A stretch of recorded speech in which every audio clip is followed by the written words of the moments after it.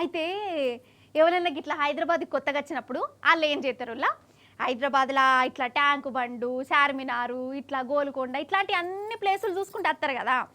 అయితే మొదలు నేను వచ్చినప్పుడు కూడా ఇట్లా ట్యాంక్ బండ్ దిక్కు పోయిన అన్నట్టు.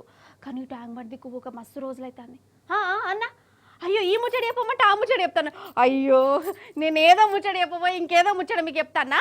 ఇక ఆ ముచ్చడి ఇక్కడ కూర్చొని చెప్పు నాతో కాదు, కానీ నేను టీవీ వెనక పోయి చెప్తా, మీరైతే చూసేరి.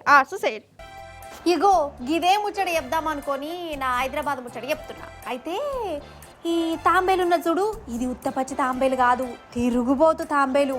మనం కదా మన ఊరు నుంచి హైదరాబాద్కి వచ్చినట్టు ఇది ఒడిశా రాష్ట్రం నుంచి మన పక్క రాష్ట్రం ఆంధ్రప్రదేశ్కు అడుగేసుకుంటూ వచ్చిందోలా.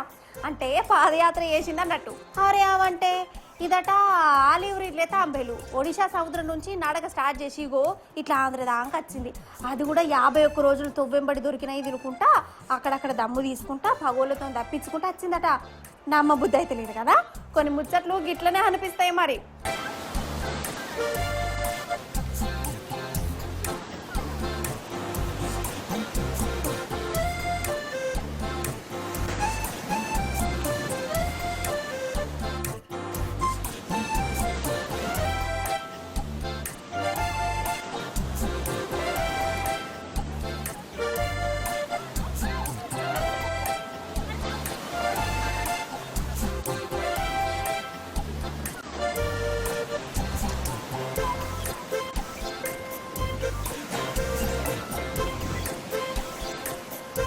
మరి ఇది గత దూరం నుంచి పాదయాత్ర చేసుకుంటా వచ్చిందని మీకెట్లేరుకా, బరాబర్ 51 రోజులు నడిచిందని ఎట్లా చెప్తారు అని అనిపించచ్చు. అయితే ఇప్పుడు అంతా టెక్నాలజీ జమానా కదా, దీనికి ఏదో జియో ట్యాగింగ్ ఏదో పెట్టిరట.